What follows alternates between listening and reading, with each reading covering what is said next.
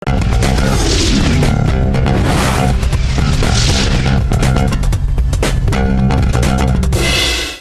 நண்பர்களே, அக்னி பரீட்சை நிகழ்ச்சிக்கு வரவேற்கிறோம். இந்த வார சிறப்பு விருந்தினர் காங்கிரஸ் கட்சியினுடைய தேசிய செய்தி தொடர்பாளர் திருமிகு குஷ்பு. வணக்கம். வணக்கம். உங்களுக்கு முதலில் எங்களுடைய தீபாவளி வாழ்த்துக்கள். புதிய தலைமுறை சார்பாக ஹாப்பி தீபாவளி. மிக்க நன்றி. உங்களுக்கும் தீபாவளி நல்ல வாழ்த்துக்கள். செய்தி தொடர்பாளர் பிறகு முதல் ஒரு நேர்காணல் நினைக்கிறேன், அதனால நிறைய விஷயங்களை பேச வேண்டியிருக்குது. தொடக்கத்துல தீபாவளி அப்படிங்கிறது வந்து குஷ்பு வந்து நேஷனலா செலிப்ரேட் பண்ணாலும் தேசிய அளவில் இருந்தாலும் உங்களுக்கான தீபாவளிங்கிறது என்னவா இருக்குது தமிழ்நாட்டுக்கு வந்த பிறகு? சின்ன வயசுல இந்த தீபாவளினா கொண்டாட்டம் தான் எங்களுக்கு. பாம்பேல பிறந்து வளர்ந்ததுனால அந்த colony MIG colony medium income group காலனியில தான் வளர்ந்தேன்.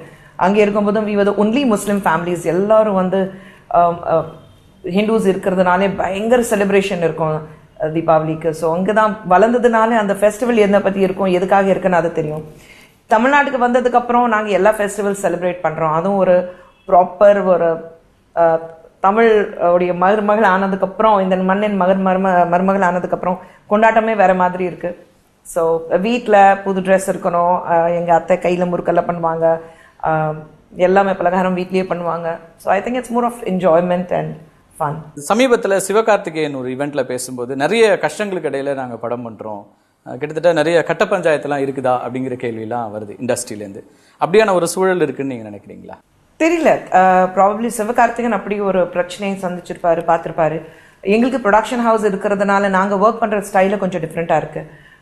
கொஞ்சம் ஓல்ட் ஸ்கூல் எங்களுது. எல்லாமே சொந்தமாக வேலையை செய்யணும். டெய்லி ஒரு என்ன ஷூட்டிங்கில் என்ன செலவாகுது அது நான் உட்காந்து டெய்லி பேப்பர் வாங்கிட்டு மார்க் பண்ணிட்டு, ஒரு என்ட்ரி டபுளாக இருந்தாக்கா அது ஏன் என்ட்ரி டபுளாக இருக்குது. ஸோ அந்த மாதிரி ஒர்க் பண்ணும்போது எனக்கு அந்த சூழ்நிலை தெரியல. பட் ப்ரொடக்ஷன் லைக் பிஸ்னஸ் பேசுகிறதும் அல்ல கட்ட பஞ்சாயத்து இருந்தாலும் எனக்கு தெரியாது. ஏன்னா அந்த அளவுக்கு கொண்டு போக மாட்டாரு. ஒரு புதுசாக இண்டஸ்ட்ரிக்கு வர்றதுக்கான ஒரு சூழல் இருக்கா? யாராவது இன்வெஸ்ட் பண்ணணும்னு நினைச்சாங்கன்னா இண்டஸ்ட்ரி அந்த அளவுக்கு ஃப்ரெண்ட்லியாக இருக்கா? One of the best industries நான் சொல்லுவேன் சினிமா பொறுத்த வரைக்கும். எந்த பிஸ்னஸ் இருந்தாலும் உங்களுக்கு பிஸ்னஸ் தெரியலன்னா நஷ்டம் தான் உங்களுக்கு வரும். பிஸ்னஸ் தெரிஞ்சுதான் நீங்கள் ஒரு வேலை பார்க்கணும்.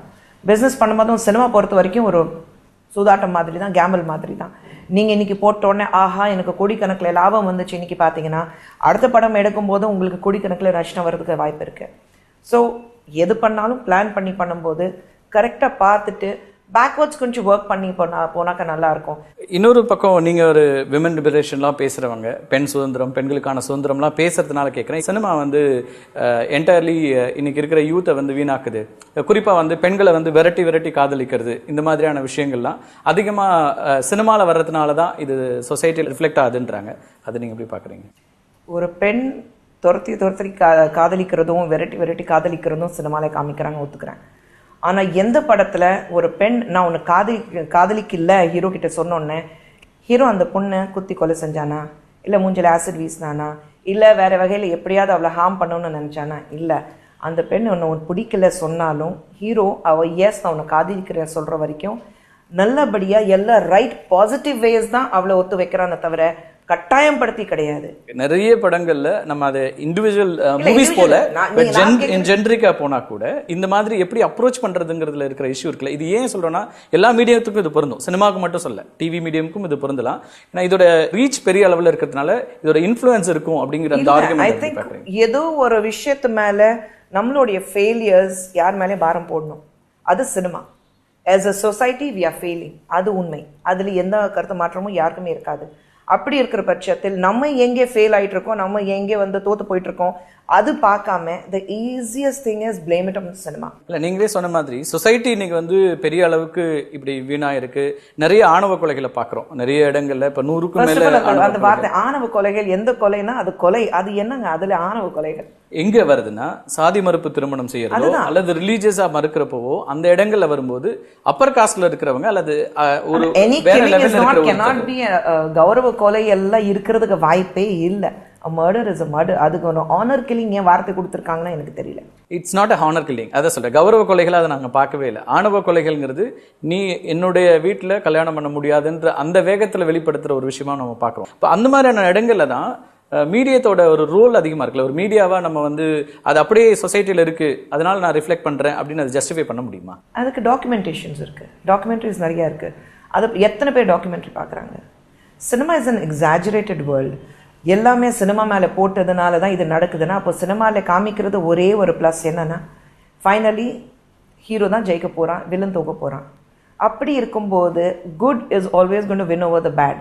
ஒரு சிம்பிள் மெசேஜ் எல்லா படத்துலையும் இருக்கும். அது பெரிய படம் இருந்தாலும் சின்ன படம் இருந்தாலும் அந்த மெசேஜையும் எடுக்க மாட்டேங்கிறாங்க. as a women politician நீங்க எப்படி ஃபீல் பண்றீங்க? பாலிடிக்ஸ் வந்த பிறகு கம்ஃபர்டபுளா இருக்கா உங்களோட ஜர்னி? அஃப்கோர்ஸ், ஏன் கம்ஃபர்டபுள் இல்லை? நம்ம எந்த அளவுக்கு நடந்துக்கிறோம் அப்படி தான் மற்றவங்க உங்களை பார்த்து நடப்பாங்க. ஸோ என்னை பொறுத்த வரைக்கும் any place is a good place. விமென்க்கு நம்மளே வந்து இல்லை இந்த இடம் பெண்களுக்கு சரியில்லை. முதல்ல சினிமாவில் நடிக்கும் போது கேர்ள்ஸ் ஃப்ரம் குட் ஃபேமிலி சினிமாவில் நடிக்கக்கூடாது, நல்ல குடும்பத்திலேருந்து இருக்கிற பெண்கள் சினிமா பக்கம் போக மாட்டாங்கன்னு சொல்லிட்டு இருந்தாங்க. அதுவும் காலம் மாறி போச்சு. பாலிடிக்ஸ் பொறுத்த வரைக்கும் இன்னும் அது சில விஷயங்கள் இருக்கு, அப்படி யோசிக்கிறாங்க.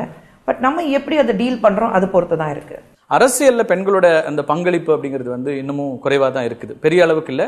அப்படியே வந்தாலும் கூட அவங்க அப்பாவோ அண்ணனோ அரசியல்ல இருக்கிற ஒருத்தர் அவங்க வந்து அவங்களுக்கு பதிலாக ரிசர்வேஷன் இருக்கு. இன்னைக்கு வந்து லோக்கல் பாடிஸ்ல அவங்களுக்கு இருக்கிற ரிசர்வேஷன்ல உள்ள வராங்களே தவிர அரசியலை விரும்பி ஏற்கக்கூடிய இடத்துல பெண்கள் இன்னைக்கு வந்திருக்காங்கன்னு சொல்ல முடியுமா? பெண்கள் கண்டிப்பாக வரல. இன்னைக்கு எத்தனையோ ஃபீமேல் சீஃப் மினிஸ்டர்ஸ் நீங்க பார்த்துட்டீங்க. இது வரைக்கும் இந்தியா பார்த்தது ஒரே female prime minister Indira Gandhi அவர்கள் மட்டும்தான். அமெரிக்கா இன்னும் பார்க்க கூட அதான், அமெரிக்கா இன்னும் பார்க்கவே இல்லை. இப்பதான் ஹிலரி கிளின்டன் போயிட்டு இருக்காங்க. ஸோ அப்படி இருக்கும்போது உலகம் பூரா நீங்க பார்க்கும்போது பெண்கள் கொஞ்சம் பின் தங்கி இருக்காங்க. முக்கியமாக எத்தனை பெண்களுக்கு வீட்டில இருந்து ஒரு சப்போர்ட் இருக்கு? சரி, நீங்க போய் பாலிடிக்ஸ்ல நீங்க அரசியல குதிச்சுட்டு ஏதாவது சாதிங்க. நிறைய பேருக்கு கிடையாது. அரசியலை பொறுத்த வரைக்கும் என்ன ஒரு ஃபீல்டு இருக்குன்னா, கேரக்டர் அசாசினேஷன் இந்த மாதிரி இறங்கிடுறாங்க. சாதாரணமா நீங்க வந்து ஒரு இன்னைக்கு எம்எல்ஏவா வர்ற அல்லது எம்பியா வர்ற ஒருத்தங்களை ஒரு பொது மேடைகள்ல, இன்னைக்கு அரசியல் மேடைகள் அவ்வளவு நாகரிகமா இருக்குன்னு நம்ம எதிர்பார்க்க முடியாது. பல இடத்துல இது நடக்கும்போது அது ஒரு செட்பேக்கா இருக்கு அப்படின்னு பார்க்க முடியும். கண்டிப்பாக இருக்கு. இப்போ பெண் கேரக்டர் அசாசினேஷன் பண்றது ஆண்கள் தான். இப்போ காலம் மாறி போய் பெண்களே உட்காந்துட்டு கேரக்டர் அசாசினேஷன் பண்ண ஆரம்பிச்சிட்டாங்க. ஏன்னா that's the need of the hour probably politics பொறுத்த வரைக்கும். பட் அந்த கேரக்டர் அசாசினேஷன் தவிர வேற எதுவுமே பண்ண முடியாது. வேற என்ன பண்ண முடியும்?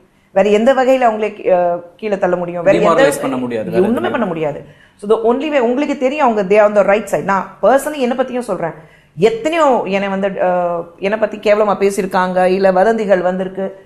இந்த கார்ல வாங்கி இந்த கார்ல விட்டுருவேன். என் வேலையை நான் என்ன பண்றேன்னு எனக்கு தெரியும். I'm not answerable to anybody.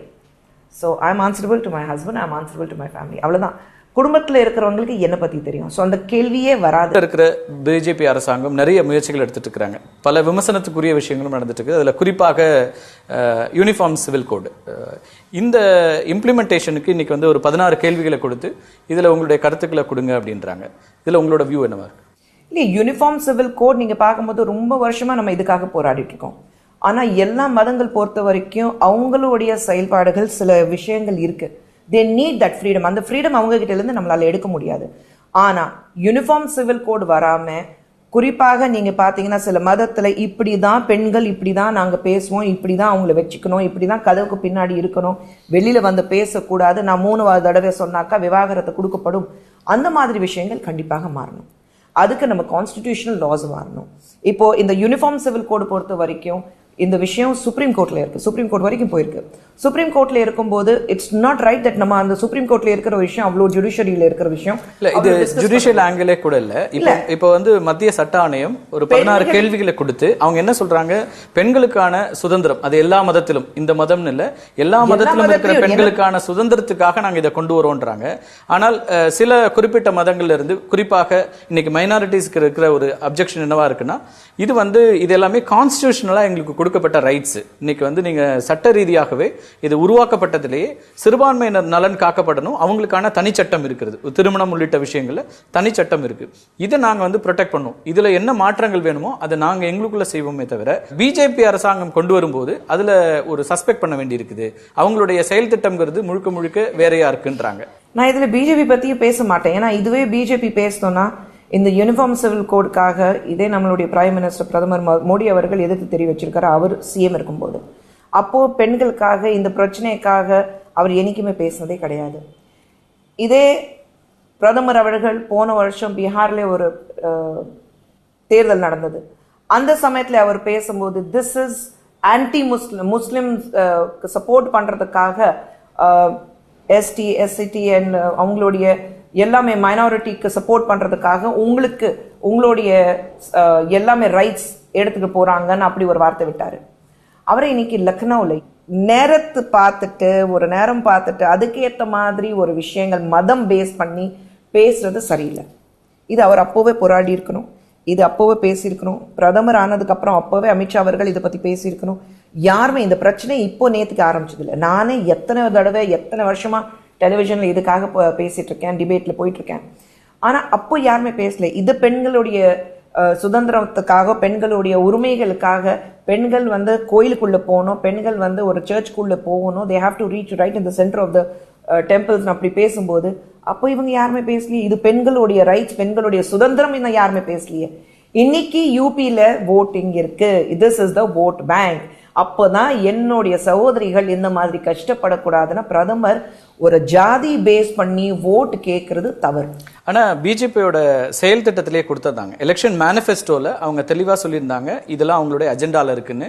இது புதுசா சொல்லல, 98லயே அவங்க அதிகாரப்பூர்வமா சொன்னதும் கூட பொது சிவில் சட்டம் அப்படிங்கறத கொண்டு வருவதற்கான எல்லா முயற்சிகளும் எடுப்போனாங்க. அதை எப்படி நீங்க யூபி எலெக்ஷனோட கனெக்ட் பண்ண முடியும்? யூபி 98ல இருந்து யார் பேசினாங்க? அதுக்கப்புறம் 98ல இதை பத்தி பேசினாங்க, எஜெண்டால இருந்தது. அதுக்கப்புறம் யார் இதை பத்தி பேசினாங்க? 2014 பொது தேர்தல் வரும்போதும் அவங்களோட மேனிஃபெஸ்டோல வச்சிருந்தாங்க. அந்த மேனிஃபெஸ்டோல வச்சிருந்தாங்க. அப்ப மேனிஃபெஸ்டோல வச்சிருக்கும் போது இது கண்டிப்பாக ஏன் யூபியில இன்னைக்கு மட்டும்தான் மைனாரிட்டி இருக்கு?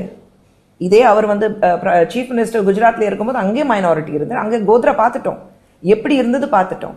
இதே பிரைம் மினிஸ்டர் மோடி அவர்கள் பீகார்ல போன வருஷம் பேசுறதுக்கு முன்னாடி ஒரு தடவை யோசிச்சிருக்கணும். இது நம்ம வந்து மேனிஃபெஸ்டோல கொடுத்துருக்கோம். ஆனா அப்போ அவர் பேசல. அப்போ அங்கிருந்து அவருக்கு தலித் ஓட்ஸ் தேவை, அதுக்காக அவங்கள சப்போர்ட் பண்ணி மைனாரிட்டி கொஞ்சம் பின் தள்ளிட்டு பேசினாங்க.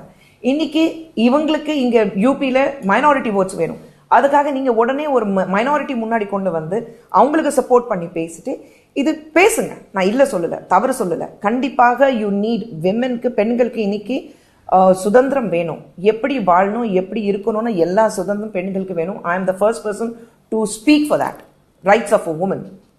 ஆனா தேர்தல் பார்த்துட்டு, நேரம் பார்த்துட்டு, சரியான நேரம் பார்த்துட்டு, hit the iron when it's hot சொல்லுவாங்க, அந்த மாதிரி விஷயங்கள் ஒரு ஜாதி நீங்க ஓட் பேங்காக பயன்படுத்துறது தவறு இல்ல. அப்படி சொல்ல இப்ப வெங்கையா நாயுடு போன்ற அமைச்சர்கள் என்ன சொல்றாங்கன்னா, மதத்தின் பேரால பெண்களை அடிமைப்படுத்துற எந்த விஷயத்தையும் நாங்க அனுமதிக்க மாட்டோம் அப்படிங்கறத சொல்றாங்க. நீங்க இப்போ நீங்களே சொன்ன மாதிரி ட்ரிபிள் தலாக் உள்ளிட்ட விஷயங்களால பெண்களுக்கான அந்த சுதந்திரம் பாதிக்கப்படுது அல்லது அவங்களுக்கான உரிமைகள் மறுக்கப்படுது, அதனால நாங்க வந்து பொது சிவில் சட்டம் வேணும் அப்படிங்கிற அந்த காரணத்தை எடுக்கிறோம். அதுதான் சொல்றேன். அப்போ இந்த பிரச்சனை, ஒரு கோயில்ல பெண் உள்ள போக கூடாது சொன்னாங்க, ஒரு மதர்சால ஒரு பெண் உள்ள போக கூடாது சொன்னாங்க. இது சுப்ரீம் கோர்ட் வரைக்கும் போய் நாங்க ஃபேஸ் பண்ணி சண்டை போட்டு ஜட்ஜ்மெண்ட் வாங்கியிருக்கோம்.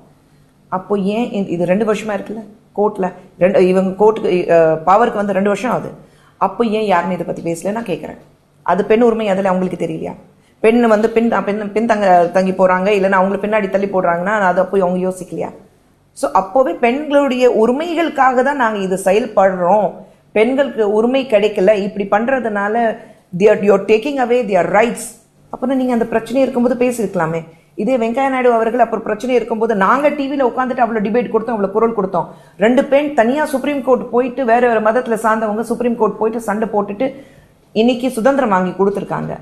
ஏன் இவங்க 2 பேரும் அப்போ பேசல? இல்ல, நிச்சயமா அதை மறுக்க முடியாது. நீங்க கோவிலுக்குள்ள செல்ற உரிமை உள்ளிட்ட விஷயங்களை பேசும்போது இப்போ இது வந்து கம்ப்ளீட்லி உங்களுக்கு பொலிட்டிசைஸ் பண்றீங்க நீங்க. இல்ல, உங்களை பொறுத்த வரைக்கும் இந்த ட்ரிபிள் தலாக் அப்படிங்கிற விஷயத்துல as a women, ஏன்னா இப்ப வந்து 3 முறை தலாக் சொல்லி உடனடியாக விவாகரத்து செய்திடலாம் அப்படின்ற ஒரு நடைமுறைங்கிறது பெண்கள் சுதந்திரத்துக்கு எதிரானதாக இருக்கிறது அல்லது பெண் உரிமைக்கு எதிரானதாக இருக்குங்கிற ஒரு பெண் உரிமைக்கு எதிரானதாக இருக்குது. நான் அதுல எனக்கு நோ சேஞ்சஸ் இன் தட். கண்டிப்பாக we need a change. நீங்க பெண்ணுக்கு எந்த உரிமை கொடுக்குறீங்களோ, நான் ஐம் டோட்டலி அகேன்ஸ்ட். நாளைக்கு எங்கேயாவது கல்யாணம் பண்ணிட்டு ஒரு பெண், I belong to Muslim family, அத்தனைக்கும் எனக்கு எங்கேயாவது போயிட்டு என் கசின்ஸ்ல யாராவது வீட்டுக்கு வந்திருக்காங்க, திடீர்னு கணவர் ஃபோன் பண்ணிட்டு 3 தடவை தலாக் சொல்லிட்டு அப்போ என்ன தலாக் ஆச்சுப்பா நீ வீட்டில் உட்காந்துன்னா கண்டிப்பா ஏற்றுக்க முடியாத ஒரு விஷயம். நீங்க இத்தனை வருஷம் குடும்பம் நடத்திருக்கீங்க, அப்புறம் அது என்ன பெண் மட்டும்தான் பெண் தலாக் சொல்ல முடியாது, ஆண் மட்டும் தான் தலாக் சொல்லணும்? பெண்ணுக்கு வாழ பிடிக்கல, பெண்களும் கொடுக்க முடியும் தானே, அந்த மாதிரியான கொடுக்க முடியும். ஆனா யாருமே பண்றது இல்லையே. இல்ல, இவங்க என்ன சொல்றாங்கன்னா, இப்ப முஸ்லிம் தனி சட்டத்துல அந்த மாதிரியான உரிமைகளும் கொடுக்கப்பட்டிருக்கிறது அப்படிங்கறத டிஃபென்ஸ் கொடுக்கறாங்க. அது எல்லா ஜாதிக்கு மதம் சார்ந்தவங்களுக்கு அந்த தனிப்பட்ட முறையில அவங்களுக்கு ஒரு லா இருக்கு. You cannot change that. But எதுக்கு யூனிஃபார்ம் சிவில் கோட் கொண்டு வரணுங்கிறதுக்கு காரணமே அது எதுக்குன்னா, இந்த மாதிரி குற்றங்கள், இந்த மாதிரி அநியாயங்கள் நிறைய இடத்துல நம்ம பார்த்துட்டு இருக்கோம். So this has to go. அது எந்த காலத்துல நீங்க போட்டது இந்த சட்டத்தை? அப்போ போட்டதை நீங்க இன்னி வரைக்கும் எல்லா மாற்றங்கள் கொண்டு வரோம், இங்க இந்த ஏர்த்தை தாண்டி இந்த பூமி தாண்டி வேற இடத்துல நம்மளால வாழ முடியுமா, அதெல்லாம் ரிசர்ச் பண்ணிட்டு இருக்கும் போது மறுபடியும் நீங்க அந்த காலத்திலேயே இருந்தீங்கன்னா எப்படி?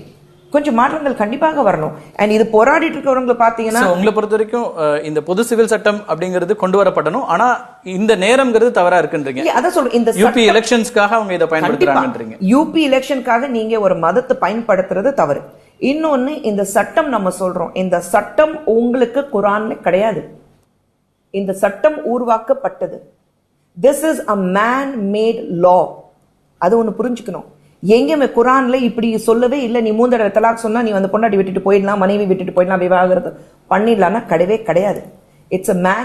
அது உடனே நடக்கிற ப்ராசஸும் இல்ல, அதுக்கு பிறகு ஒரு ப்ராசஸ்ல தான் நடக்குது. முதல் முறை சொன்ன பிறகு 30 நாட்கள், அதுக்கு பிறகு எல்லாம் இருந்து அந்த நடைமுறையில தான் இது வருது. ஒரேடியா நம்ம வெளியில இருக்கிற அந்த நம்பிக்கைப்படி 3 முறை சொல்லி உடனடியே அப்படி பண்ணிட முடியாது. ஆனா இப்போ பிரச்சனைகள் எதுக்கு இருக்கு? ஒரு பெண்ணுக்கு ஒரு லெட்டர் அனுப்பிச்சிட்டாங்க, 3 தடவை அதுல தலாக் எழுதிருக்கு, அதனால நீ மனைவி கிடையாது, நான் உனக்கு விவாகரத்து பண்ணிட்டேன். இல்ல போன்ல வந்து நான் விவாகரத்து பண்ணிட்டேன், இல்ல வாட்ஸ்அப் அனுப்பிச்சிட்டேன், அதனால நீ மனைவி கிடையாது. பிரச்சனைகள் அதுதான் இருக்கு. மிஸ்யூசிங் ஆஃப் சர்டன் லாஸ் இருக்கு, அதுதான் பிரச்சனை. அதே போல இன்னொரு முக்கியமான விஷயமும் இவங்க சொல்றது என்னன்னா, ஏன் பொது சிவில் சட்டம் வேணும்னு இன்னைக்கு மத்திய சட்ட ஆணையமோ இல்ல மத்திய அமைச்சர்களோ சொல்றதுல, இந்த பாலிகாமி அப்படின்னு சொல்லப்படுற பலதார மனம் அப்படிங்கிறதும் இன்னைக்கு இருக்குது. இதுவும் பெண்களுக்கு எதிரானதாக இருக்கிறது, பெண்களுக்கான உரிமைகளை மறுப்பதாக இருக்கிறது அப்படிங்கிற ஒரு பார்வை முன்வைக்கப்படுது. நீங்க எப்படி பாக்குறீங்க? பாலிகாமி எல்லா இடத்துலயும் இருக்கு, ஒரு குறிப்பிட்ட இந்த மதத்துல தான் இருக்குங்கிறத சொல்ல முடியாது. எல்லா இடத்துலயும் இங்க வந்து அங்கீகரிக்கப்பட்டதாக இருக்கு, இது வந்து ரெகக்னைஸ்ட். நீங்க ஆக்ட் படியே நீங்க வந்து இது பாலிகாமிங்கிறது வந்து அக்செப்டபிள். அகைன் நிறைய விஷயங்கள் தவறாக புரிஞ்சிட்டு இருக்காங்க. பாலிகாமி சொல்லும் போது 4 மனைவிகள் நீங்க வச்சிருக்கலாம்னா ஒரு மதத்துல சொல்லும் போது அதுக்கு பல காரணங்கள் கொடுத்திருக்கிறாங்க. ஒருவேளை முதல் மனைவி உங்களுக்கு குழந்தை தர முடியல, அதனால்தான் இருக்கலாம். இல்ல உங்களுடைய மனைவிக்கு உடல் நிலை சரியா இல்லை, அது இருக்கலாம். பல ரீசன்ஸ். அதுவும் நீங்க சொன்னீங்க பாருங்க, தலாக் வந்து அதுக்கு ப்ராசஸ் இருக்கு, அதே மாதிரி இதுக்கு ப்ராசஸ் இருக்கு. இது அது சொல்றாங்க. இப்ப வந்து எத்தனை மனைவிகள் இருந்தாலும் அத்தனை பேருக்கும் சொத்துல வந்து உரிய பங்கு இருக்கணும், அவர்களுடைய நலன் காக்கப்படணும். இதெல்லாம் இருந்தாலும் கூட பலதார மனம் அப்படிங்கிற ஒரு விஷயத்தை நம்ம வந்து சரின்னு சொல்ல முடியும்? சரி கிடையாது, சரி கிடையவே கிடையாது. எந்த லா, நம்ம பேசிக் கான்ஸ்டிடியூஷனல் லாவே நீங்க எடுத்து பாத்தீங்கன்னா, முதல் மனைவி உயிரோட இருக்கும் போது இன்னொரு மனைவி இன்னொரு பெண்ணை நீ கல்யாணம் பண்ணிக்கிட்டா, திருமணம் செய்துட்டா, that's known as what else will you name it. அது சட்ட ரீதியாக சரி வருமா? வராது.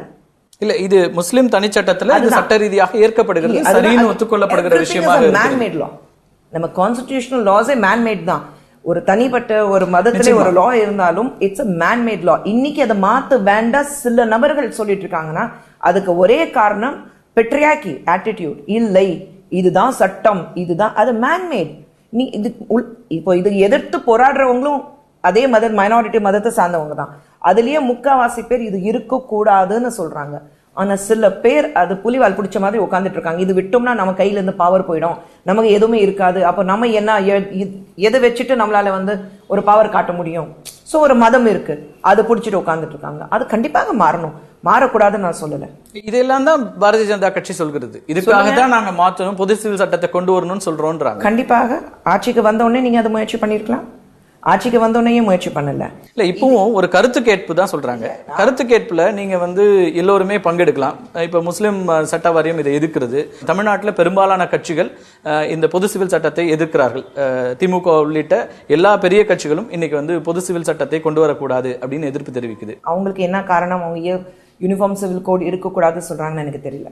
பட் மாற்றங்கள் கண்டிப்பாக தேவை, அது எல்லாரும் எதிர்க்க. காங்கிரஸ்லயுமே திருநாவுக்கரசர் உள்ளிட்ட தலைவர்கள் சொல்லியிருக்காங்க, பொது சிவில் சட்டத்தை நாங்க ஏற்க மாட்டோம், எதிர்ப்போம் இருக்காங்க. ஏன்னா இங்க இருந்து இஸ்லாமிய அமைப்புகள் போய் பார்த்த போது அவர் அப்படியான கருத்துக்களை சொல்லியிருக்காரு. இன்னைக்கு இருக்கிற காலகட்டத்துல சில நேரங்கள்ல வழியில மெனி பொலிட்டிக்கல் பார்ட்டிஸ் அவங்களுக்கு வந்து அந்த அந்த இருக்கிற சூழ்நிலைக்கு ஏத்த மாதிரி ஒரு பேச வேண்டிய சூழ்நிலை வருது. இன்னைக்கு பிஜேபி பேசுறதுக்கு காரணம் அதுதான். அங்க மைனாரிட்டி ஓட் உங்களுக்கு இருக்கு. அதான் நான் கேட்கிறேன், இதே மைனாரிட்டி இதே பிஜேபி பீகார்ல பேசிருக்கலாம். இதே மைனாரிட்டி அதே பிஜேபி தான் சொல்லுது, இந்த கட்சிகள் எல்லாம் எதிர்ப்பதற்குமே இப்போ முடிஞ்சது ஓட் பேங்க்னு தான் சொல்றாங்க. இதே ஓட் பேங்குக்காக தான், வாக்கு வங்கி அரசியலுக்காகத்தான் இந்த கட்சிகள் இதை எதிர்க்கிறாங்க அப்படிங்கிற குற்றச்சாட்டை பிஜேபியும் வைக்கிறாங்க. இல்லையே, அவங்க அப்போசிஷன் ஒரு ப்ரொபோசிஷன் அப்போசிஷன் இருந்தா தானே இட் வில் ஒர்க். ஸோ கண்டிப்பாக அது இருக்குதான் செய்யும். பட் ஐசே இந்த நேரம் அது இருந்திருக்க கூடாது. இதுக்கு முன்னாடி நீங்க பிஜேபி சார்பாக நரேந்திர மோடி அவர்கள் இங்க வந்துட்டு போனாரு, தமிழ்நாட்டுக்கு வந்துட்டு போனாரு, அமித்ஷா அவர்கள் தமிழ்நாட்டுக்கு வந்துட்டு போனாரு, வெங்கையா நாயுடு அவர்கள் தமிழ்நாட்டுக்கு வந்துட்டு போனாங்க. பேசினாங்களா?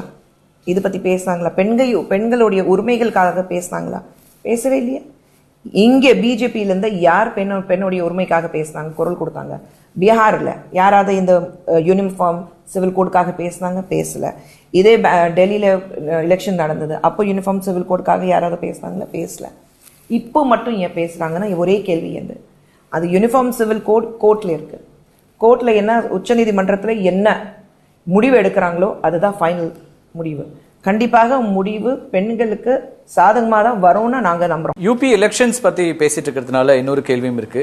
ராகுல் காந்தியும் இப்ப வந்து தேர்தல் களத்துல இறங்கி இருக்கிறாரு. முழுக்க இன்னைக்கு காங்கிரஸ் கட்சியினுடைய ஆக்டிங் லீடரா அவர் அறிவிக்கப்படனாலும் அவர் தான் இன்னைக்கு வந்து கேம்பெயின் எடுத்துட்டு போயிட்டு இருக்காரு. உத்தரப்பிரதேசத்திலாவது அவர் காங்கிரஸ் கட்சிக்கான வெற்றியை பெற்றுத்தரக்கூடிய வாய்ப்பு இருக்கிறதா? கண்டிப்பாக இருக்குது, அந்த நம்பிக்கை எங்களுக்கு இருக்கு. இதுவரைக்கும் அவர் எடுத்துட்டு போன எந்த கேம்பெயின்லயும் சக்சஸ் ரேட் வரல. எந்த மாநிலத்திலும் அவரால் ஆட்சிக்கு திரும்ப கொண்டு வர முடியாத ஒரு சூழல் இருக்கு. ராகுல் காந்தி வந்து ஒரு தலைமை ஏற்று ஒரு தேர்தலை வெற்றி பெற வைத்தார் அப்படின்னு சொல்றதுக்கான எந்த ட்ராக் ரெக்கார்டும் இல்லை இதுவரைக்கும். எத்தனை அவர் முன்னாடி வந்து அவர் தலைமையில எத்தனை தேர்தல் நடந்திருக்கு? நீங்க மகாராஷ்டிரா எலெக்ஷன்ஸ் எடுத்துக்கங்க, பல மாநிலங்கள்ல வந்திருக்கிறது. எந்த மாநிலத்தில் 2014 எலெக்ஷன்ஸ் அது ஒண்ணுதான் உங்களுக்கு டோட்டலி பார்லிமெண்டரி எலெக்ஷன்ஸ் நடந்தது. அப்படி அதுக்கப்புறம் மாநிலங்களுக்கு நடந்த சட்டமன்ற தேர்தல்களிலும் கூட வேற எந்த இடங்கள்லயும் பெரிதாக அவரால் போய் வந்து சக்சஸ் கொண்டு வர முடியலங்கிற ஒரு சார்ஜ் இருந்துட்டே இருக்குது. இந்த யூபி எலெக்ஷன்ஸ்ல ஒரு கரிஸ்மேட்டிக் லீடரா அவர் வந்து காங்கிரஸ் கட்சி அங்க இன்னும் பலவீனமான ஒரு நிலைமையில இருக்குது. கிட்டத்தட்ட நீங்க சமாஜ்வாடி பார்ட்டி, அதுக்கப்புறம் பிஎஸ்பி, அதுக்கெல்லாம் கீழே தான் இன்னைக்கு காங்கிரஸோட நிலைமைங்கிறது இருக்கு. உத்தரப்பிரதேசம்ங்கிறது நேஷனலா பாத்தீங்கன்னா அடுத்து வரக்கூடிய பாராளுமன்ற தேர்தலுக்கு ரொம்ப முக்கியமான ஒரு இடம். அப்ப அந்த இடத்துல ஒரு இம்ப்ரெசிவான ஒரு ரிசல்ட் கொடுக்க முடியும் அப்படின்னு நீங்க நம்புறீங்களா? கண்டிப்பா நம்பிக்கை இருக்கு. ரிசல்ட் உங்களுக்கு முன்னாடி இருக்கும், நீங்க பார்க்க தான் போறீங்க. அந்த நம்பிக்கை ராகுல் காந்தி மேல எங்களுக்கு கண்டிப்பாக இருக்கு. தமிழ்நாட்டுக்கு இப்ப சமீபத்தில் விசிட் பண்ணாரு முதலமைச்சர் ஜெயலலிதா அனுமதிக்கப்பட்டிருக்கிற அப்போலோ ஹாஸ்பிட்டலுக்கும் போய் பார்த்துட்டு வந்தாரு. அதற்கு பிறகு பத்திரிகையாளர்கள்ட்ட பேசும்போது அவங்க ஹெல்த் இதெல்லாம் பத்தி சொன்னாரு. டெல்லி பாலிடிக்ஸோட ஒரு அங்கமாக அது பார்க்கப்படுகிறது. டெல்லியில அந்த மாதிரியான ஒரு கல்ச்சர் இருக்கு. யார் இந்த மாதிரியான ஒரு நேரத்தில் மாரலா ஒரு சப்போர்ட் நிற்கிறோம் அப்படிங்கிறது. ஆனால் இதற்கு முன்ன எப்போதெல்லாம் அவர் சென்னை வந்த போதும் கூட இன்னைக்கு கூட்டணி கட்சியாக இருக்கிற திராவிட முன்னேற்ற கழகத்தினுடைய தலைவர் கருணாநிதி அவர்களை அவர் எப்பவுமே பார்க்கல அப்படிங்கிற ஒரு விமர்சனம் இருக்கு. இல்லையே, அவர் இங்க வரப்போறாருன்னா யாருக்கும் தெரியாது. ஏன்னா அவர் என்னைக்கு இங்க கிளம்பி வந்தாரு அதுக்கு ஒரு நாள் முன்னாடி வரைக்கும் அவர் பஞ்சாப் அண்ட் யூபியில இருந்தாரு. முடிச்சிட்டு அன்னைக்கு நீங்க பாத்தீங்கன்னா அவர் இங்க வரும்போது யாருக்குமே தகவல் கிடையாது. இன்டெலிஜென்ஸ்க்கு கூட கடைசி நேரத்துல தான் ரிப்போர்ட் போயிருக்கு. அவர் வந்துட்டு இருக்காரு. வந்த உடனே டைமே கிடையாது யாரும் சந்திக்கிறதுக்கு. வந்தாரு ஹாஸ்பிட்டல். இந்த முறை அப்படி இல்ல, ஏற்கனவே கூட்டணி கட்சியில இருந்து மத்திய ஆட்சி பொறுப்பிலையும் திமுக அங்கம் வகித்த காலத்திலும் கூட திமுக தலைவர் திரு கருணாநிதி இதே போன்று மருத்துவமனையில் அனுமதிக்கப்பட்டிருந்தார். 34 நாட்கள் மருத்துவமனையில் இருந்தார். எப்போதுமே அதுக்கான ஒரு முயற்சி எடுத்ததில்லை, வந்து பார்த்ததில்லை அப்படிங்கிற ஒரு விமர்சனம் முன்வைக்கப்படுகிறது. கூட்டணி கட்சியாக இருந்தாலும் திமுக தலைவரை சந்திக்கிறதுல அவருக்கு சிக்கல்கள் இருக்குதா? அதை அவர் விரும்பவில்லையா? அப்படி இல்ல, ராகுல் Gandhi has a different way of functioning. அது அவருடைய ஃபங்க்ஷனிங் ஸ்டைல். இப்படிதான் ஃபங்க்ஷன் பண்ணுங்கிறது கிடையாது. அவருக்கு தோணும் இது இப்படிதான் பண்ணணும் அப்படிதான் பண்ணணும். கொஞ்சம் ரெவல்யூஷனரி திங்கிங்ல இருக்காரு. அவருடைய கண் பார்வை பாத்தீங்கன்னா, அவருடைய விஷன் பாத்தீங்கன்னா கொஞ்சம் முன்போக்கு சிந்தனையோடைய இருக்கிறவர். அவர் வந்து பின்னாடி இப்படிதான் இருக்கணும் அப்படிதான் கிடையாது. ஸோ அப்படி இருக்கும்போது என்ன பண்ணுவாரு அது அவருக்கு தான் தெரியும். இப்படிதான் இருக்கணும்னா நம்ம பழகி இருக்கோம். ஸோ அப்படிதான் இருக்கணுங்கிற யாருமே வந்து அம்மையா ஜெயலலிதா அவர்கள் வந்து பார்ப்பாங்கன்னா யாருமே எதிர்பார்க்கல. அவர் வந்ததுக்கு போனதுக்கு அப்புறம் தான் எல்லாரும் ஹாஸ்பிட்டல் போய் பார்க்க ஆரம்பிச்சிட்டாங்க. இது வரைக்கும் பிரதமர் அப்படியே கூட்டணி பேசினாங்க, அப்படி ஒரு மிகப்பெரிய நண்பர் சொன்னாங்க, ஒரு மிகப்பெரிய ஃப்ரெண்ட் சொன்னாங்க. ஆனா மோடி அவர்கள் வரவே இல்லையே இது வரைக்கும். சோ அப்படி இருக்கும்போது அமித்ஷா வந்தார், அருண்ஜேட்லி வந்திருக்கிறார். அதனால பாரதிய ஜனதா கட்சியினுடைய முக்கியமான தலைவர்கள் அவர்கள் வந்துட்டு போனதுக்கு அப்புறம் தான் அவங்க ரெண்டு பேரும் வந்தாங்க. சோ ராகுல் காந்தி அவர்கள் பொறுத்த வரைக்கும் expect the completely unexpected. That is Rahul Gandhi for you. இப்போ எப்படி இருக்கு திமுக காங்கிரஸ் இடையிலான இந்த கூட்டணி அப்படிங்கிறது? கண்டிப்பாக அண்டர்ஸ்டாண்டிங் இருக்கு. தேர்தல் வரும்போது ரெண்டு பேரும் சேர்ந்து நிப்பாங்களா இல்ல தனித்தனியாக நிக்க போறோம்னா அது ராகுல் காந்தி அவர்கள் முடிவு பண்ணணும்.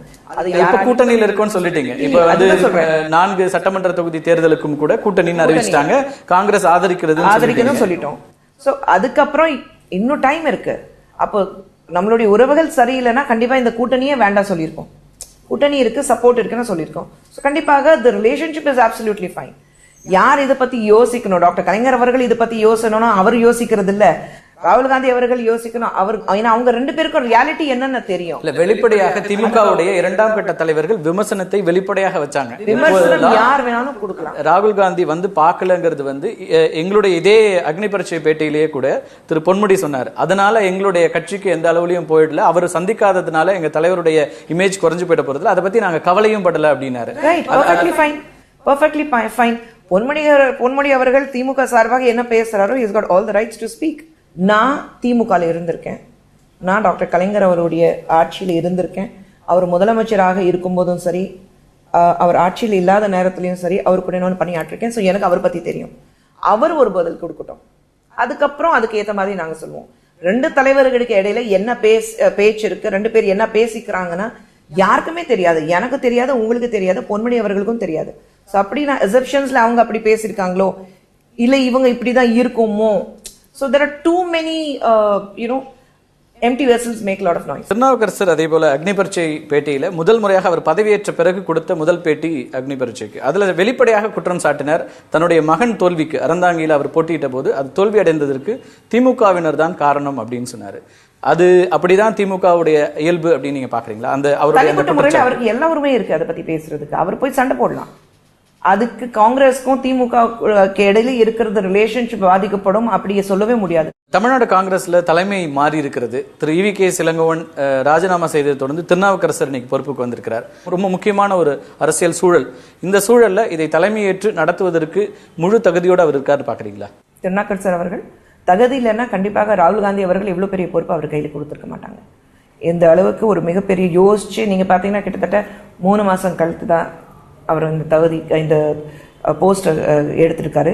அப்படி இருக்கும்போது ஒரு தகுதி இல்ல ராகுல் காந்தி அவர்களுக்கு ஒரு துளி சந்தேகம் இருந்திருந்தா இந்த போஸ்டிங் அவருக்கு கொடுத்துருக்கோம். இல்ல, எல்லா அணிகளையும் அரவணைக்க வேண்டிய ஒரு தேவை இருக்கிற ஒரு லீடர்ஷிப் இன்னைக்கு தேவை இருக்கு. 5-6 குழுக்களாக காங்கிரஸ் இங்க இயங்கிட்டு இருக்குது.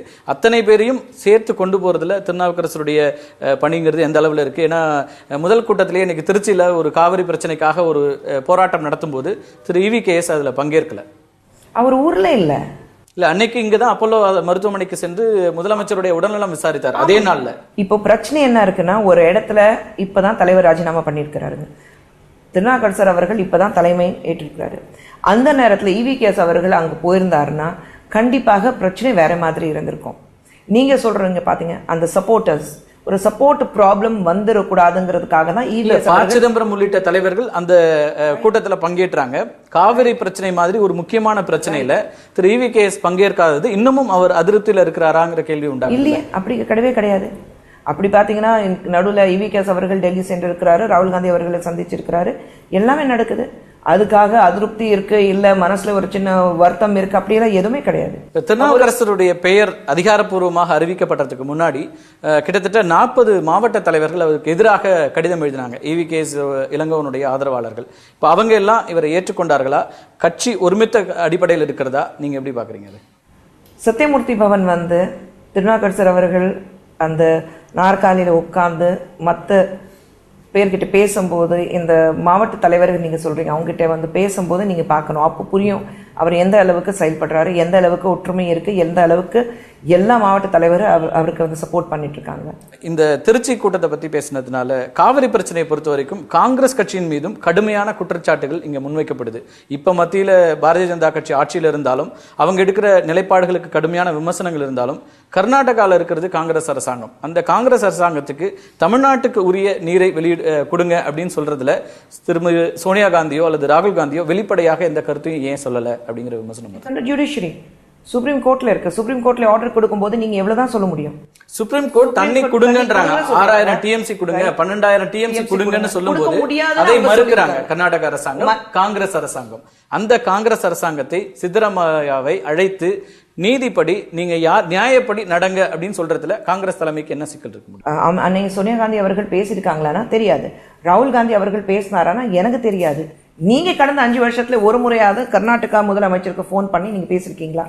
ஒரு முறையாவது நீங்க கர்நாடக அமைச்சர்கிட்ட இப்படி பிரச்சனை இருக்கு, 2 பேரும் பேசிட்டு ஒருத்தர்கிட்ட தொலைபேசிட்டு போன்ல பேசிட்டு பிரச்சனை சால்வ் பண்ண முடியும் நான் பேசிருக்கீங்களா? ஆவுனா நீங்க கடிதம் எழுதிருக்கீங்க, நீங்க பிரதமர் கிட்ட பேசிருக்கீங்க, நீங்க ஆவுனா நீதிமன்றத்துக்கு நான் போயிருக்கேன். அப்ப எல்லாத்துக்கும் நீதிமன்றம் இருக்குன்னா அப்புறம் நீங்க எதுக்கு கவர்னிங் பாடியா இருக்கீங்க? கர்நாடகால வர்ற சட்டமன்ற தேர்தல் தான் இதுக்கு ஒரு முக்கியமான பிரச்சனையா இருக்கு. அதனாலதான் 2 தேசிய கட்சிகளும், அது பாரதிய ஜனதா மட்டுமல்ல காங்கிரசும் கூட இதுல வேறு நிலைப்பாடை எடுப்பதற்கு கர்நாடகால வர்ற தேர்தல் தான் முக்கிய காரணம் அப்படிங்கிறாங்க.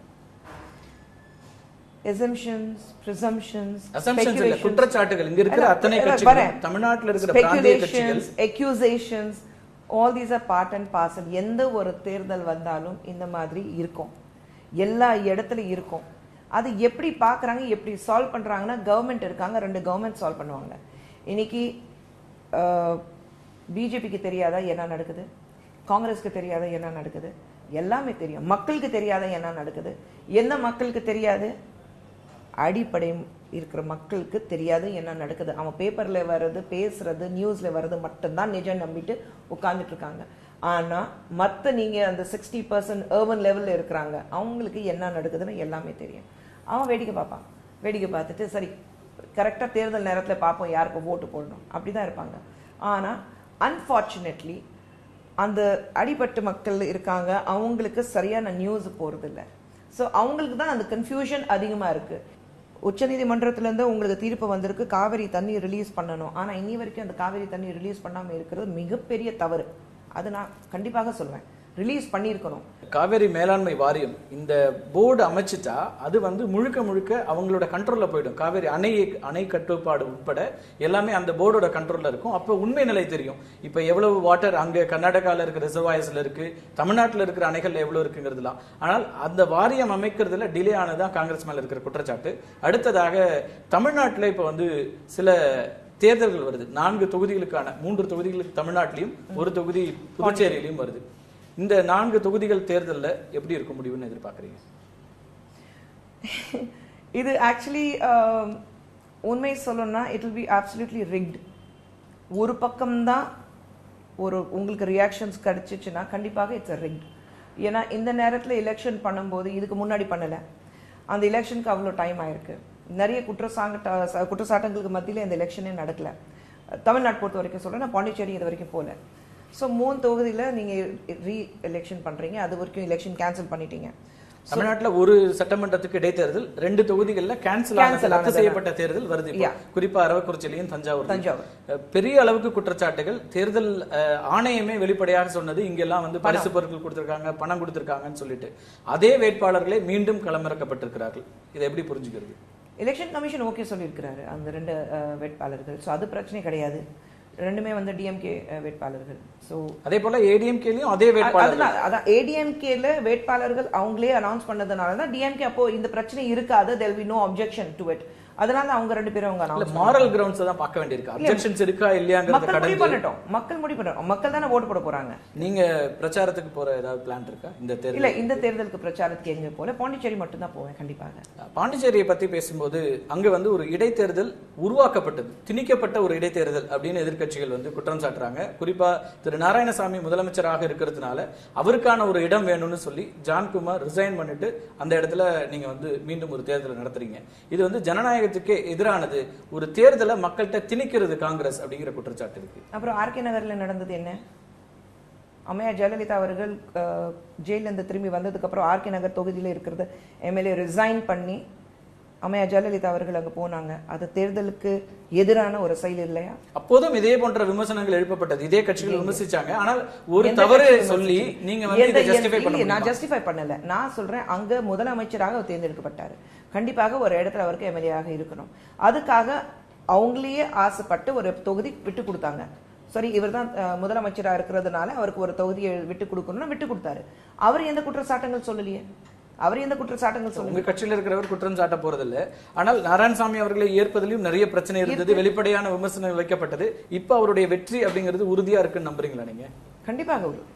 ஏன்னா அங்க இருக்கிற மாநில தலைவருக்கும் அவருக்குமான இடைவெளிங்கிறது இன்னமும் பிரச்சனை இருந்து கொண்டே இருக்கிறது. அதனால அந்த சப்போர்ட்டர்ஸ், ஏன்னா இங்க அங்கேயும் நிறைய அணிகள் இருக்கிறது. திரு நாராயணசாமி முதலமைச்சர் ஆக்கப்பட்டதுல பெரிய அளவுக்கு வெளிப்படையான எதிர்ப்புகளையும் பார்த்தோம். அந்த நேரத்துல அந்த எதிர்ப்புகள் சரியாயிடுச்சா? அதையெல்லாம் சரி செய்து அவர் வெற்றி பெறுவாரா? ஒரு சரியாக நேரத்துல ஒரு சரியான விஷயம் நடக்கும்போது அதுக்கு எதிர்ப்பு கண்டிப்பாக வரும். ஸோ அந்த எதிர்ப்பு வந்தது புதுசு கிடையாது. அந்த எதிர்ப்பு வந்ததுக்கு நாங்கள் ஒன்று அப்படி ஷாக் ஆயிட்டு கூட சொல்ல மாட்டேன். It was expected. திமுகவோட ஒரு குறுகிய காலம் நீங்க வந்து அங்க கட்சியிலையும் ரொம்ப முக்கியமா இருந்தீங்க, நிறைய பரப்புரைகள் ஈடுபட்டீங்க. இன்ஃபேக்ட் எனக்கு நல்ல நினைவு இருக்கிறது, திருவான்மியூர்ல உங்களுடைய முதல் கூட்டம் மிக பெரிய அளவுக்கு வரவேற்பு இருந்தது. ஆனா ரொம்ப குறுகிய காலம் தான் அந்த கட்சியில் இருக்கக்கூடிய ஒரு சூழல் இருந்தது. அதை எப்படி புரிஞ்சுக்கிறது? 5 வருஷம் இருந்தேன்.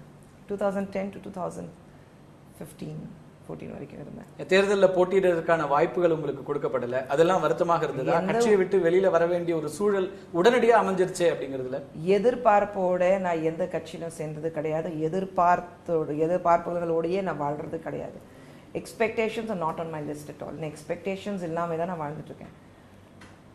அந்த கட்சியிலேருந்து ஏன் வெளியில வந்தேன், அது இது வரைக்கும் நான் வெளியில சொல்லவும் மாட்டேன்.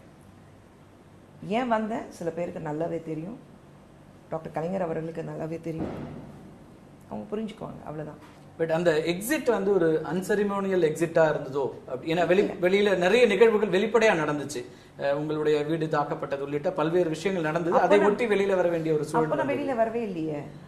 வரணும்னு அப்பவே வெளியில, என்னைக்கு வீடு தாக்கப்பட்டது அன்னைக்கு நான் கட்சி விட்டுட்டு வெளியில வந்திருக்கணுமே. அதுக்கப்புறம் தான் நான் தேர்தல் நடந்தது. அதுக்கப்புறம் தான் நான் தேர்தலில் வந்து கம்ப்ளீட்டா வந்து வேலை பார்த்துட்டு வந்தேன். நான் அது உடனடியாக திமுக தலைவர் திரு கருணாநிதி கண்டித்தார், அறிக்கை விட்டார். இருந்தாலும் நான் கட்சியிலிருந்து வெளியில வரணும்னா அது எப்போ வேணாலும் வந்திருப்பேன்.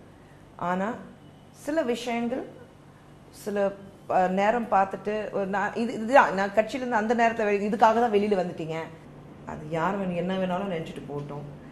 டெமோக்ராட்டிக்லி அவங்களுக்கு எல்லா சுதந்திரம் இருக்கு. மனசுல 1000 தட்டு பிரச்சனைகளோட அவங்க யோசிக்கிட்டோம். என்னுடைய அரசியல் வாரிசு ஸ்டாலின் அப்படின்னு திரு கருணாநிதி சொல்லியிருக்கிறாரு. நீங்க எப்படி பாக்குறீங்க? கண்டிப்பாக. ஏன்னா டாக்டர் கலைஞர் அவர்களுக்கு அப்புறம் அந்த திராவிட முன்னேற்ற கழகம் கட்சியை வந்து முன்னாடி கொண்டு போகணும்னா ஸ்டாலின் தவிர யாருமே இல்லையாங்க. ஸ்டாலின் தான் இப்போதைக்கு ஒரே தலைவராக அடுத்த கட்டத்துக்கு கட்சி நகர்த்தி கொண்டு போறதுக்கான இடத்துல இருக்காரு. கண்டிப்பா அந்த அளவுக்கு அவர் தயார் பண்ணிட்டாரு. அந்த அளவுக்கு இன்னைக்கு ஸ்டாலின் அவர்கள் எங்கே ஒரு கூட்டத்துக்கு போனார்னா அவர் பின்னாடி வர கூட்டத்தை பார்த்தீங்கன்னா கண்டிப்பாக தெரியுது. திராவிட முன்னேற்ற கழகம் முன்னாடி கொண்டு போகணும்னா டாக்டர் கலைஞர் காலத்துக்கு பின்னாடி கண்டிப்பாக அது ஸ்டாலின் கையில் இருக்கணும். திமுகவில் பெண்களுக்கான அந்த சுதந்திரம் அல்லது இடம் எந்த அளவுக்கு இருக்குன்னு நினைக்கிறீங்க உங்களுடைய பர்சனல் எக்ஸ்பீரியன்ஸ்ல? நான் இருக்கும்போது கண்டிப்பாக அந்த சுதந்திரம் எனக்கு இருந்தது, அந்த முக்கியத்துவம் எனக்கு இருந்தது. மற்றவங்களுக்காக என்னால் பேச முடியாது. வேற யாருக்கு அந்த குற்றச்சாட்டுகள் இருந்தாக்கா அவங்க தான் பேசணும். எனக்கு எந்த குற்றச்சாட்டும் கிடையாது. இறுதியா நீங்க ஏற்கனவே நிறைய முறை எதிர்கொண்ட கேள்வியாக இருக்கும், ஆனாலும் கூட ஒரு சினிமா பிரபலம் அப்படிங்கிறதுனால மட்டுமே திமுகவிலோ அல்லது காங்கிரஸிலோ உடனடியாக ஒரு பொறுப்பும் ஒரு முக்கியத்துவம் கொடுக்கப்படுறதுங்கிறது சரியல்ல அப்படிங்கிற விமர்சனத்தை நீங்க எப்படி பாக்குறீங்க? திமுகவில் இருக்கும்போது எனக்கு எந்த பொறுப்பு கொடுத்தாங்கன்னா கொஞ்சம் யாராவது சொன்னாங்கன்னா அதுக்கு பதில் கொடுப்பேன். ஆனால் கட்சியில் இணைந்த உடனே அவ்வளவு கூட்டங்களுக்கு உங்களுக்கு முக்கியத்துவம் கொடுக்கப்பட்டது. முதல் கூட்டமே அந்த கட்சியினுடைய தலைவர்கள் எல்லோரும் இருக்கிற ஒரு கூட்டத்தில் உங்களுக்கு பேசுவதற்கான ஒரு காலம் கொடுக்கப்பட்டதில் தொடங்கி பல இடங்கள்ல உங்களுக்கான முக்கியத்துவம் கொடுக்கப்பட்டதுங்கிறது நீங்க முழுமையா மறுக்க முடியுமா? திராவிட முன்னேற்ற கழகத்திலிருந்து வெளியில வர வரைக்கும் நான் அடிபட்ட ஒரு என்ன சொல்றது ஒரு அப்சல்யூட்லி மற்ற கோடிக்கணக்கான அந்த கெடாஸ் இருக்காங்க. அந்த மாதிரி ஒரு சராசரி தொண்டர் தான் இருந்திருக்கேன். எனக்கு ஒரு ஸ்பெஷல் அதுக்காக ஒரு பொறுப்பு யாருமே கொடுத்ததே கிடையாது. வழக்கம் போல நிறைய வெளிப்படையான பதில்கள். உங்களுடைய வருகைக்கும் கருத்து பகிர்வுக்கும் மிக்க நன்றி. நன்றி. மீண்டும் ஒரு நிகழ்ச்சியில் சந்திக்கலாம் நண்பர்களே. நன்றி, வணக்கம்.